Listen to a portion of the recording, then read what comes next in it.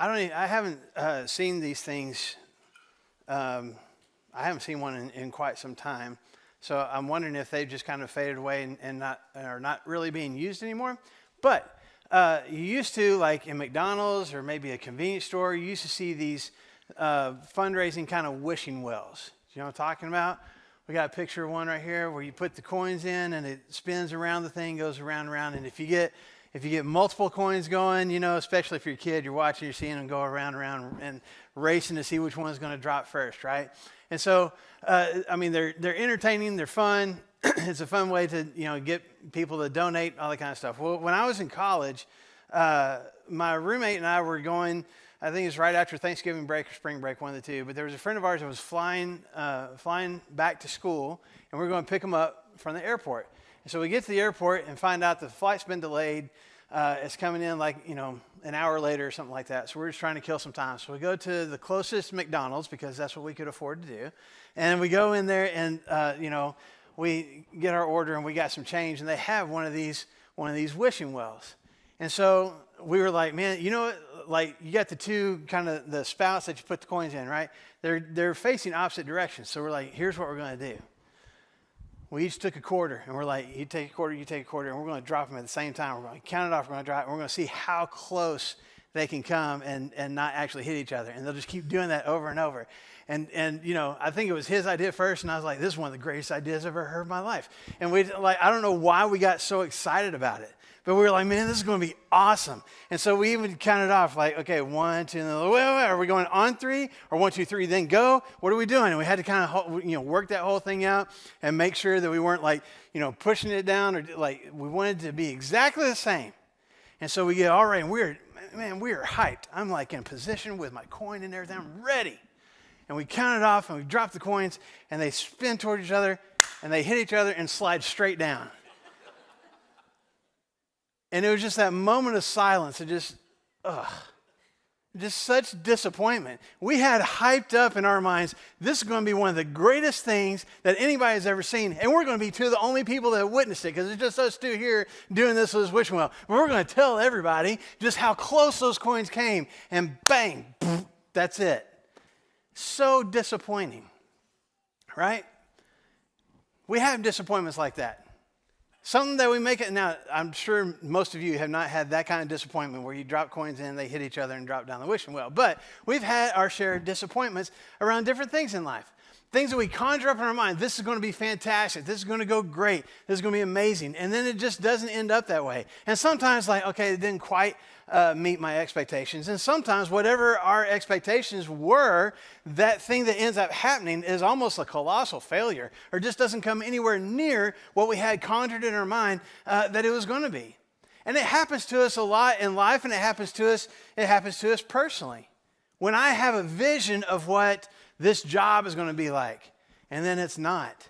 When I have, in my mind, I've already conjured up when I start dating this person and what this is going to lead to and how connected we're going to be, and then it doesn't end up that way. It can be really disappointing. When I have in my mind what the picture is, what either people have told me it's going to be like or what I have watched on TV or just seen other people, what they experience in their marriages and their families, and then mine doesn't end up that way, that can be difficult. And just we have these what I'm calling these great expectations. These expectations, this vision of what a certain aspect of my life is going to be like. And then sometimes it doesn't work out that way. Not that it doesn't just come close, that it doesn't even measure up to what I had built up in my mind. Because sometimes those moments aren't that difficult to deal with. I mean, this might be a setback or, okay, this wasn't exactly what I expected it to be, but all right, I can deal with this. But sometimes those things can be truly just devastating. And it can affect my emotional health. It can affect my physical health. It can definitely impact my spiritual health. Especially, man, if it's something that I prayed to God for, and I had this expectation that God is not only going to answer my prayer, but He's going to answer in a big way, and then it doesn't turn out that way, hold on now. I had a great expectation. And I had every reason to believe that what I expected to happen was going to happen, and now it hasn't. That can be hard to deal with. That can be hard to manage. Now, I will say this. There may be some of us sitting in this room right now or watching online or even watching this later that aren't struggling with that. And even if some aspect of their life doesn't measure completely up to that great expectation, they can deal with it. Maybe some of us, our marriage is exactly what we expect it to be. Our kids are exactly the way we expect them to be. Our relationship with our parents is exactly what it was supposed to be like. That job was exactly, maybe even better than I expected it to be. And if that's the case, man, praise God for that. Like, live in it and enjoy it and use that maybe even as a blessing to others. But I know there are a lot of us that struggle with this. Or if we don't struggle with our great expectations not coming to fulfillment, I guarantee you know somebody. There's somebody that you're working with at your job this week. There's somebody in your neighborhood. There may be somebody in your own family that is dealing with, struggling through disappointment because of not experiencing their great expectation. So, what do we do about that? When the coins collide and just drop, when things don't, what I've made up in my mind, the vision that I have in my mind of how awesome this thing is going to be, turns out to be not very awesome at all. What do I do then? That's what we're talking about. That's what we're talking about this morning, and we're going to talk about for the next couple of weeks. What do I do when certain aspects of my life don't measure up to, don't live up to my expectations? And so this morning we're going to talk about just one area of our lives and kind of do this in a broad way, but hopefully there's some ways that you can apply it maybe even more specifically to a certain aspect of your life. We're going to talk about great relationship expectations. When I have this picture in my mind of what my marriage is going to be like, when I have this picture in my mind of what this dating relationship is going to look like, when I have this vision in mind of what our family is going to look like and how awesome a parent I'm going to be and how awesome my kids are going to turn out to be, when I have a vision in my mind of how great my career is going to be and all the things I'm going to accomplish and how awesome this workplace environment is going to be with my coworkers, when I have a vision in my mind of what friendships are going to be like, that when I'm friends with this person and like this is what it's going to look like, this is how long we're going to be friends, and this is how we're going to interact with each other. When those things don't actually come to fruition, when what I envision is not my reality, what do I do? And so what I want to do first of all is just kind of think about like what are the expectations that I might have in a certain relationship? Like what are these great expectations that I have? And we could come up with a whole list of things. If I just said, like, tell me everything, if you're dating somebody, tell me everything that you expect to come from. What's the end result? What's that going to look like? When you say, I have a great relationship, what are the character traits? When when you're in a marriage, or maybe getting ready to get married, if I was to say to you, what's the character traits? What's that going to look like? What's a really good marriage look like? You can list those things out. You can do the same thing with friendships, with relationships, coworkers, with your kids, with your parents. What does it look like? What are the expectations that I have? We would have a whole bunch of different things that we list out, right? So let me give you some of the things that are probably more common for all of us in these different relationships, the expectations that we have. One of them is trust. That makes sense, doesn't it? I have this expectation that I can trust this person that I'm connected to, that I'm in this relationship with. I expect that my spouse is always going to be honest and is always going to be genuine with me. I expect that my kids are always going to tell me the truth, are always going to want to share with me whatever it is that they're dealing with at school or with their friendships. I have this expectation that this friend of mine isn't going to gossip about me, isn't going to talk behind my back, isn't going to lie to me. I expect that I can trust this person that I'm in this relationship with. That is a great expectation. I might have an expectation of receiving kindness and compassion from this person. They're not going to be abusive to me. They're not going to be mean to me. When things are not going well for me, they're going to be compassionate. They're going to want to help. They're going to want to do something for me to bless me, to make my life better. And they're going to allow me to do that for them. We're going to have kindness and compassion for each other. I might have an expectation that we're never going to have any kind of conflict. That we're never going to fight, that we're always going to get along, that we're always going to agree. And I might have that expectation of friendship. I might have that expectation with my kids. I might definitely have that expectation with the person I'm married to.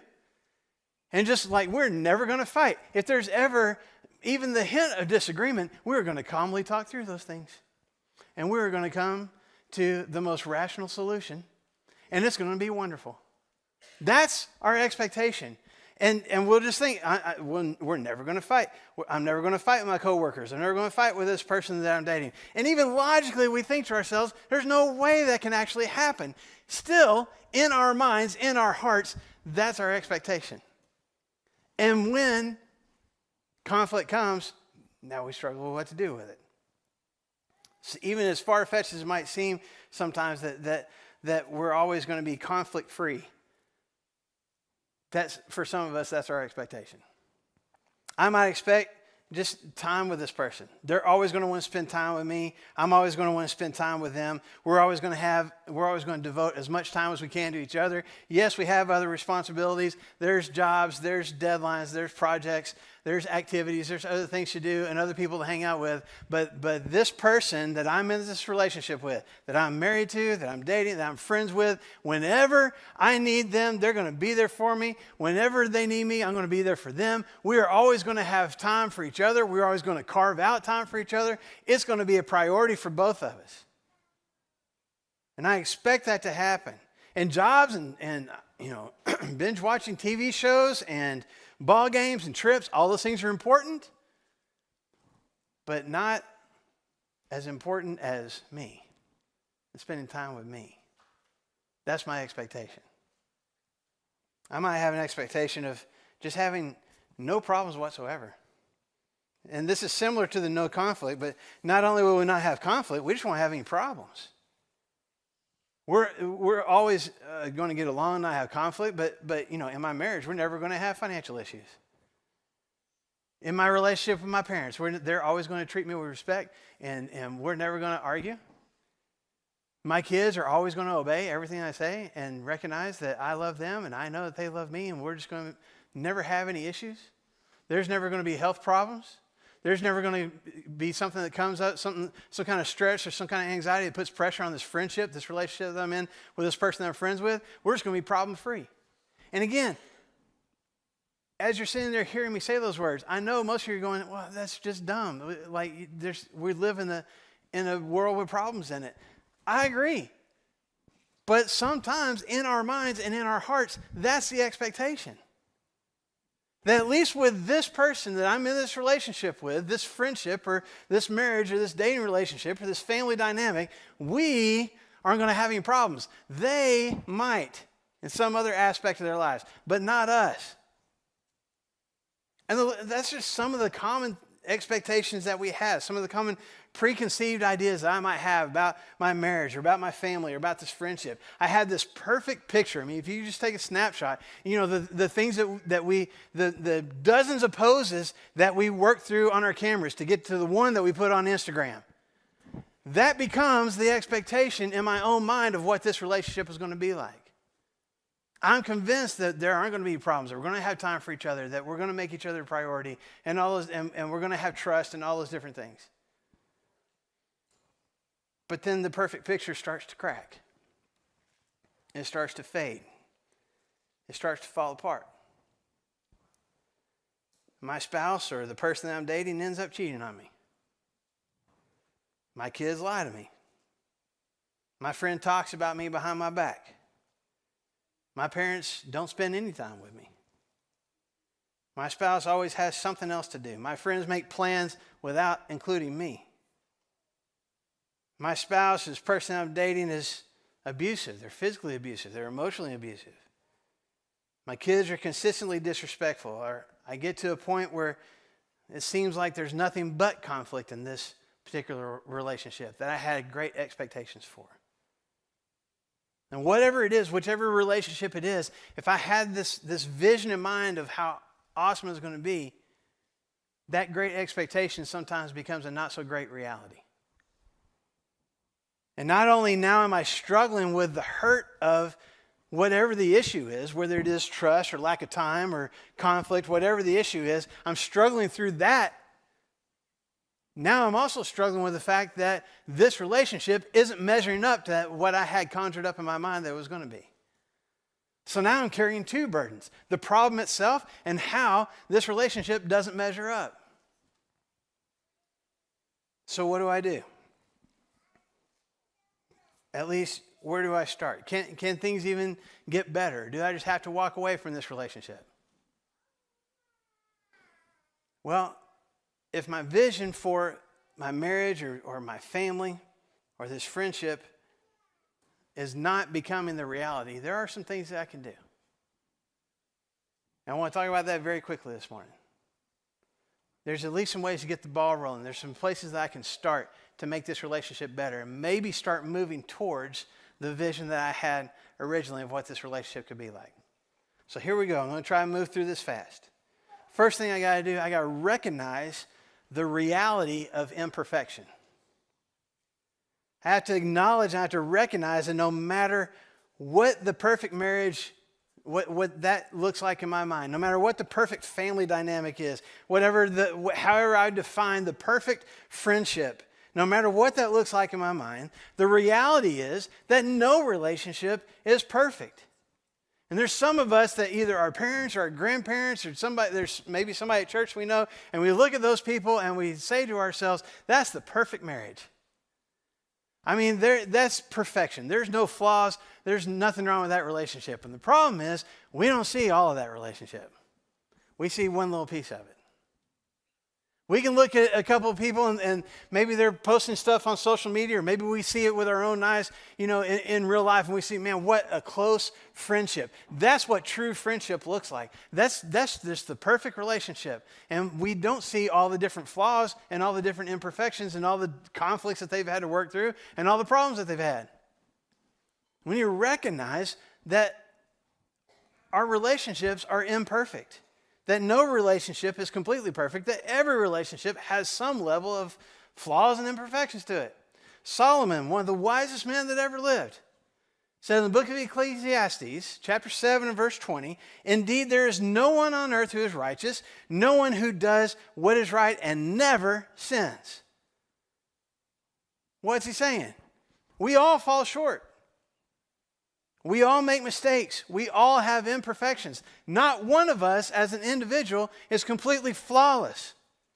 Now, you take a person that's got at least some level of imperfections and some level of flaws and some level of mistakes, and you put them in a relationship, a friendship or a marriage or a dating relationship or a family dynamic with somebody else who has their share of flaws and mistakes and imperfections, and what are you going to have? Flaws and mistakes and imperfections. That's just the reality of it. Can we work through those things? Can we deal with them? Absolutely. But one of the reasons that I might struggle with this relationship not measuring up to what I had it in my mind to be is because in my mind, I had nothing but perfection. It was a perfect picture. And I need to let go of that and embrace the reality that there are imperfections in every relationship. That there's always something that I'm going to need to deal with. And in that process, the second thing that I need to do is I need to own my shortcomings. I need to own my flaws. I need to own my imperfections. I need to admit the times that I'm the problem. If I have a vision in my mind of what our relationship is going to be like and what it's going to look like, and if I have this perfect picture, this perfect relationship, then when there is an issue, when things seem to fall apart, when there's problems or when there is conflict, what can be easy for me to do, what can be just the most natural thing for me to do, is to focus on all the ways that you are not meeting my vision. The ways that you are falling short and all the things that you're at fault at for not fulfilling what I had in mind this relationship was going to be like. That's not to say you don't have faults. That's not to say you haven't made mistakes. But if all I'm doing is focusing on your flaws and your mistakes and all the things you've done wrong in this relationship, we're not going to improve. We're not going to get anywhere close to the great expectation that I have in my mind. I need to own my faults, my imperfections, my issues, my problems. John says in 1 John chapter 1 and verse 8, if we claim to be without sin, we deceive ourselves and the truth is not in us. Now, in the middle of this part, in 1 John chapter 1, John is talking about our relationship, our connection with each other, with our fellow believers, and our relationship with God. As a matter of fact, in verse 7, verse 9, he talks about how we need the blood of Christ to cover us, to wash away our imperfections. And that's what the blood of Christ does. But in the middle of talking about how we have this salvation, we have this forgiveness for every sin, for every fault, for every little smidgen of guilt that we have, for all the choices that we made that we shouldn't have, for all the actions that we took that we shouldn't have, for all the words that we said that we shouldn't have. The blood of Jesus washes us clean of all those things over and over and over again. That's amazing, isn't it? That's an amazing story that is absolutely true, and I hope that every single one of us in this room and every single person online wants to participate in that and be covered by the blood of Jesus and allow him to wash those imperfections away. But in the middle of talking about those things, here's what John says. If you are one of those people that thinks that you don't have any imperfections, you're kidding yourself.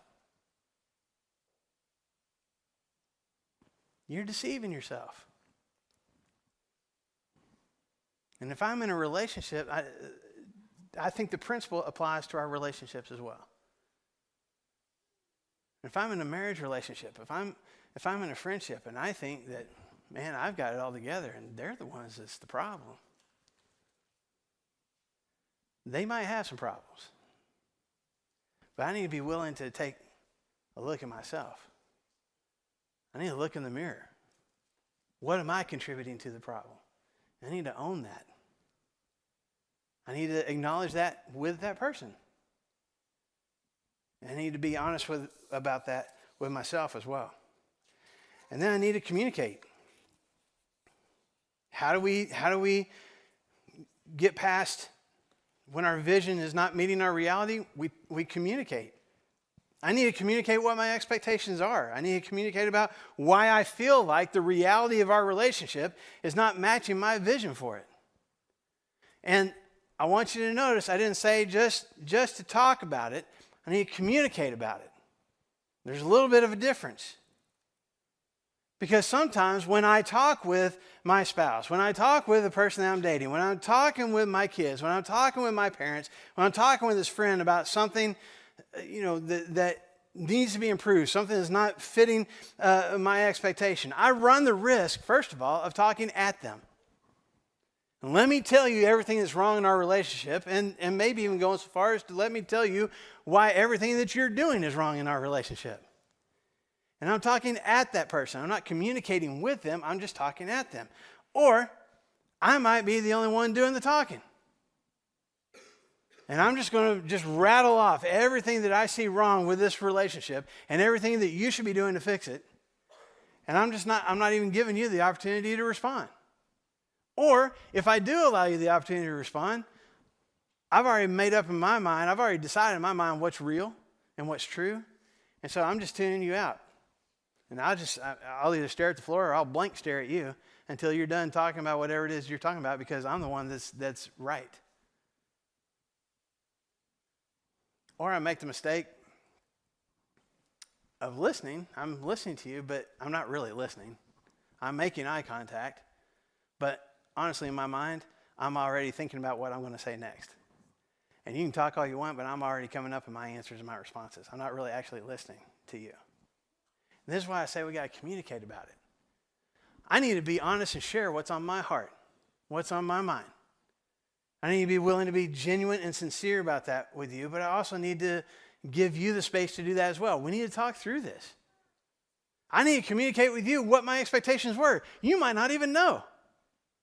You may think that everything is great and everything is fine. I had this expectation in my mind that we never talked about. And now I'm bothered because you're not meeting my expectation that you didn't even know existed. We need to communicate about that.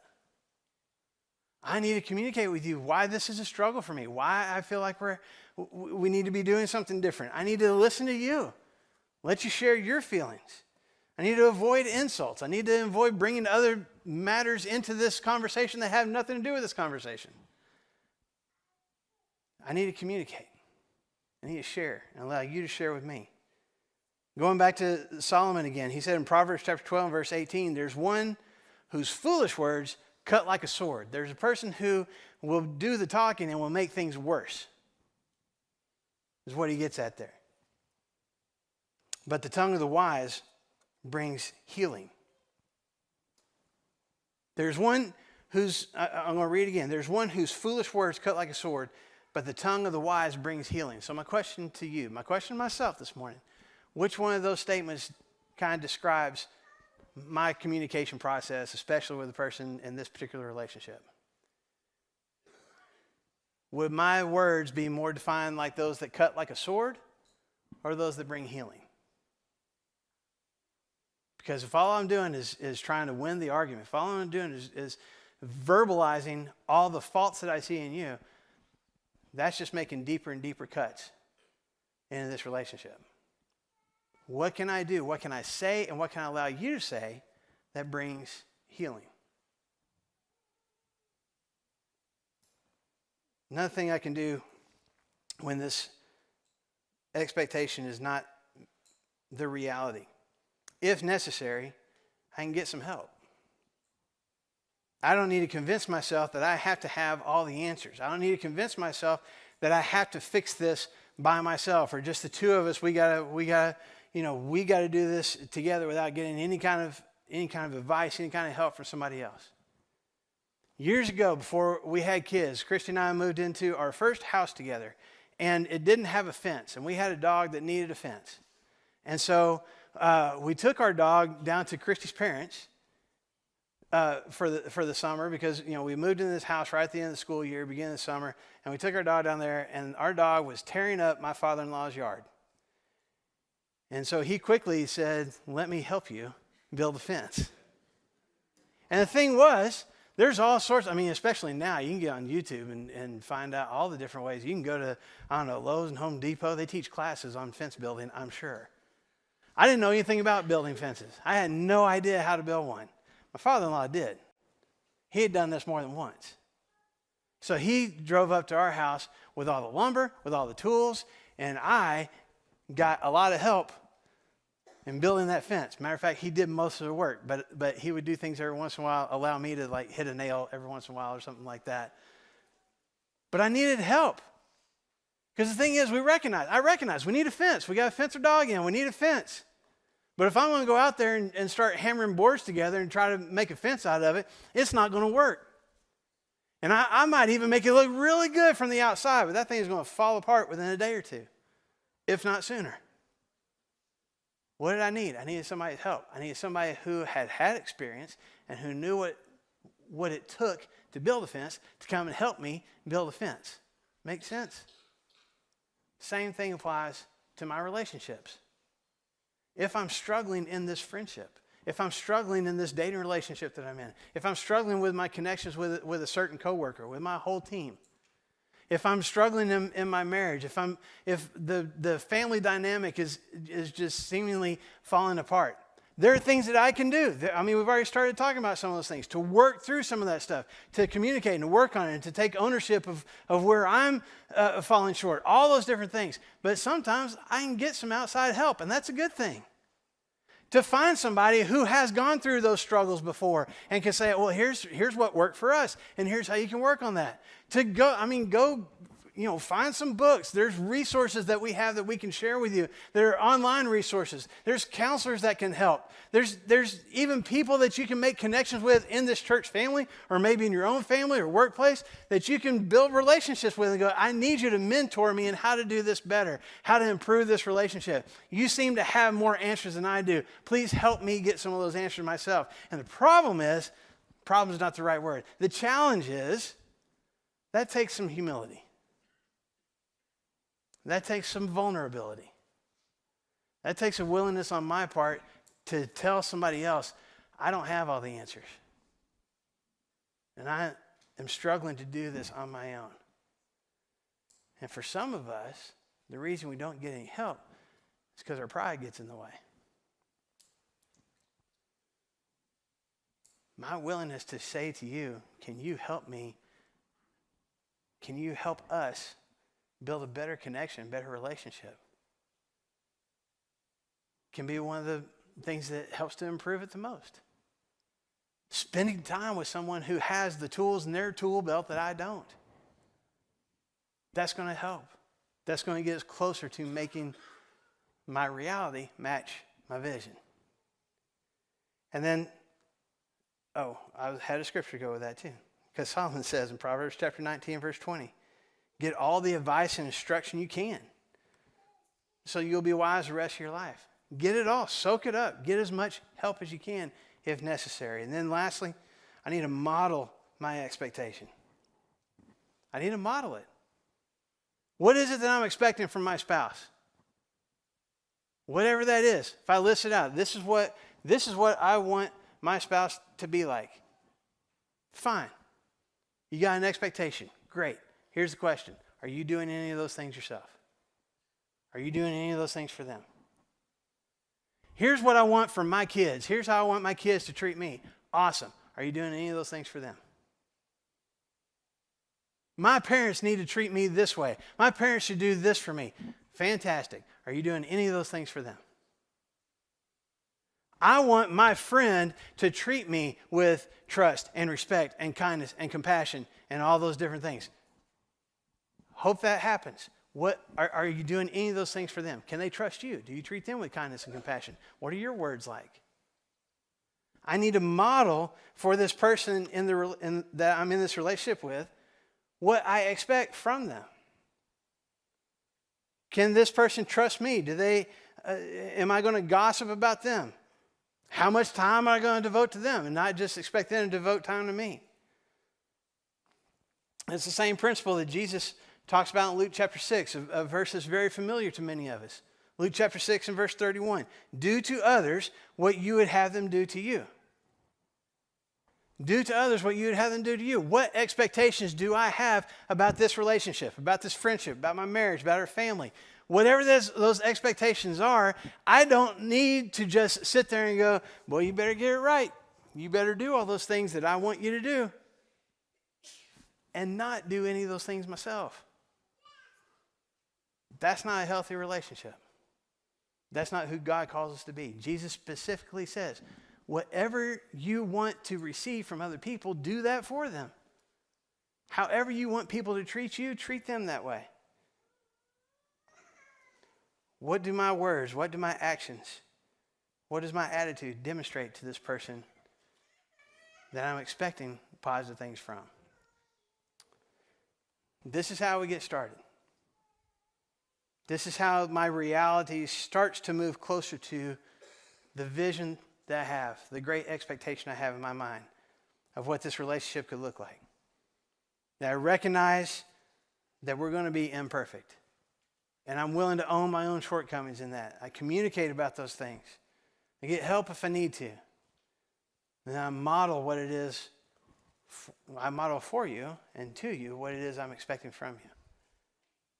I wanted to wrap up with this this morning because I think that sometimes we struggle with, especially if we grew up in the church or maybe just have been made to feel by the church that there's just a certain way that we're supposed to look, a certain way that we're supposed to act, and a certain way that our relationships are supposed to look too.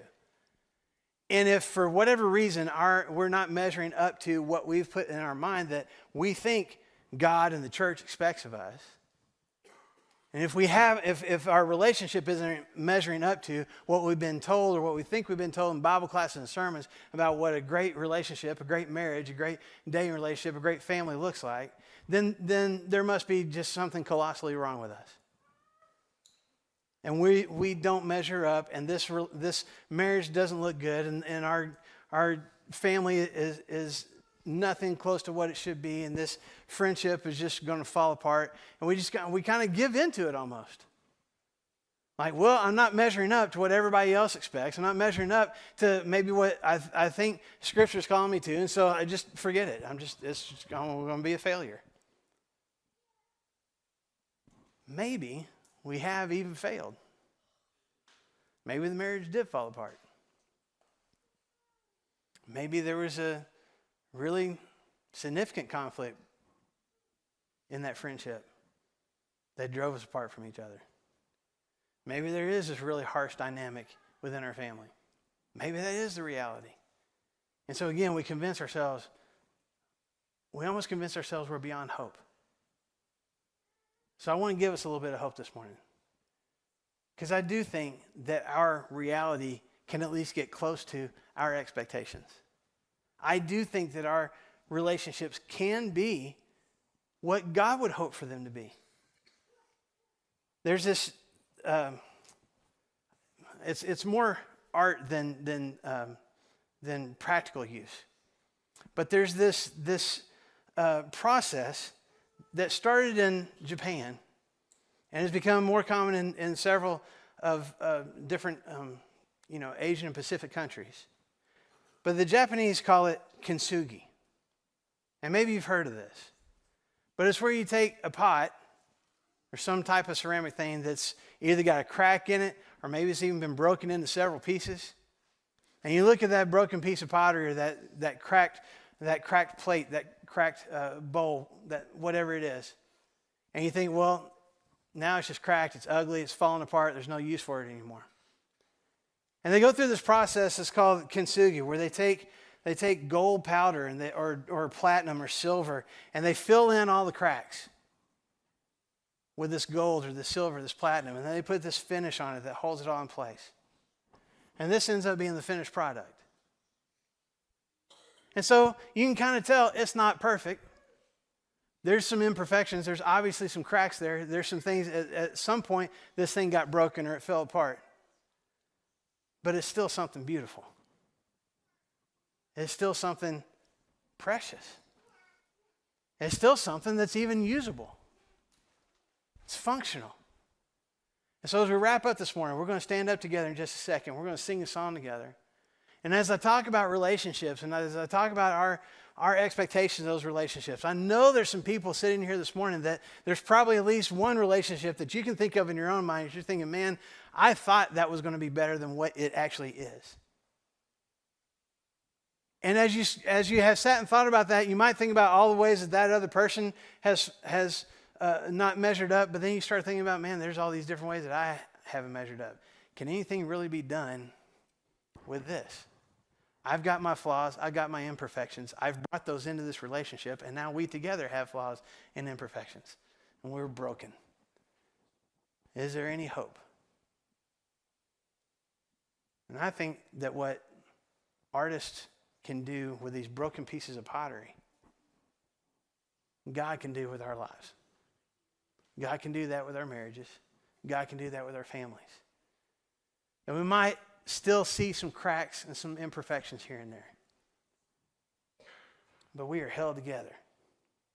And we are covered in the blood of Jesus and in God's Spirit. And if you're in a relationship right now, or just you personally are feeling broken, I want to invite you, when we stand up together and sing, to just come share that with us. You're welcome to be honest about that with our church family. And we're not going to judge you. We're going to love you. We're going to accept you where you are. And if we can, we're going to help, through the power of God, put the pieces back together and make something beautiful moving forward. Not because of us, but because of Him. And so we invite you to share with us, if you need help this morning, with yourself, with the relationship that you're in. Share that with us if you're willing to, while together we stand and sing.